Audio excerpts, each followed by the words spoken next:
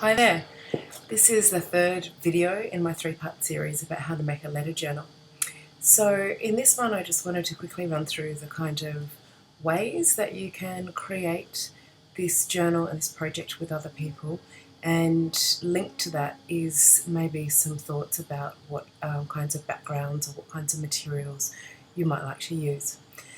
So the premise of the letter journal, as it was introduced to me, is that each participant in the small group, and let's just say for argument's sake it's a group of 4, that each participant makes one of these paper journals that we've just talked about, and the participant makes it using whatever paper they have, as I've discussed, and then they put some backgrounds into the book. Now, a background layer can be done out of stamping, it can be perhaps using crayons, you might like to stick collage elements down, anything that just kind of adds the first bit of colour, the first bit of texture to that page.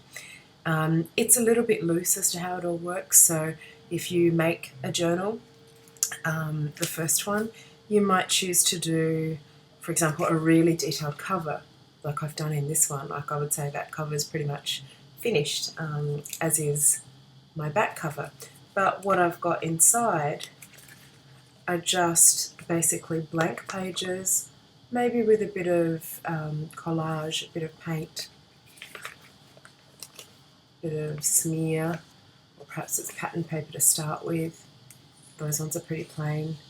I might go on to, add some kind of drawn elements, a little bit of washi tape along here.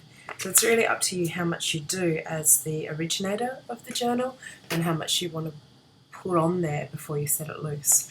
So in general what you would do then is, as I've said, do something to the cover, do some backgrounds, and maybe you'll bring 1 or 2 pages to a close. And what I mean by that is perhaps you work them up to a level where you think, you know what, I think this page is actually done, I really like it, I don't really want anyone else to add to it. I'll give you an example. So here's another one, and I might think that this page here is actually done and I don't want anyone to kind of collage over that guy. This one, on the other hand, is really just a background that's up for grabs. So to let people know that, what I might do is just put my initials down here and the date, letting them know that this particular piece or this particular page, in my humble opinion, is done, and then they'll leave that alone.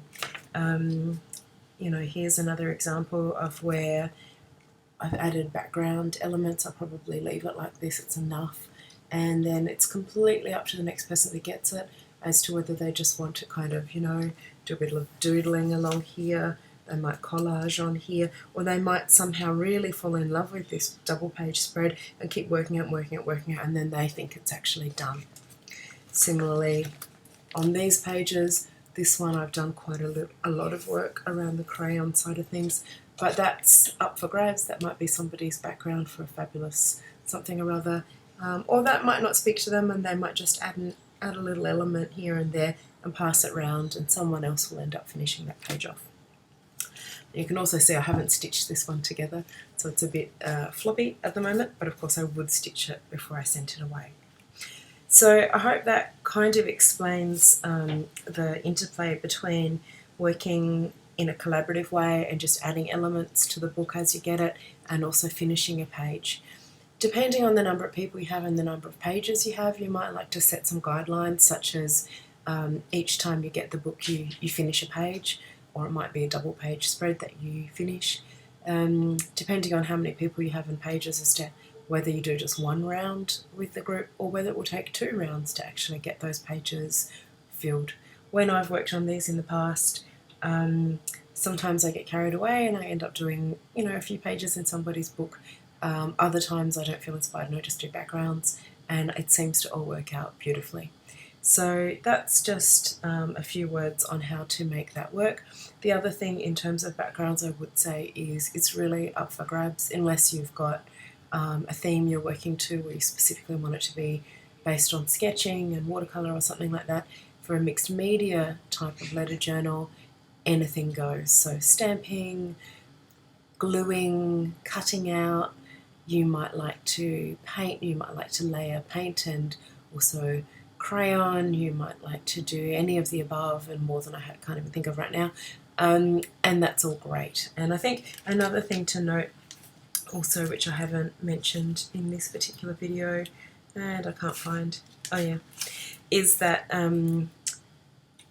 you know, the pages don't need to match or be coherent, and you can even have really rugged kind of layers. So hard for me to do. Oh, here, this one you can see we've got this great outline here. I made this journal, but these artworks are finished by my collaborators. You can see here again, so I've really gone for different shaped pages there, and everyone's kind of rolled with that as they've added their backgrounds by adding tabs that stick out, which was a lovely addition, and other elements. So yeah, really let loose and see what happens. Another thing that you can do as a background is stitching, and this is somebody else's beautiful drawing here, but I did the stitching, and because I did that stitching, I think what was great in this journal is at the end somebody actually added a stitched element here of this beautiful kind of curtains, window and night sky. So really it's up to you what goes in there, and it's really you're only limited by your imagination. So good luck with that. I hope it goes well, and talk next time.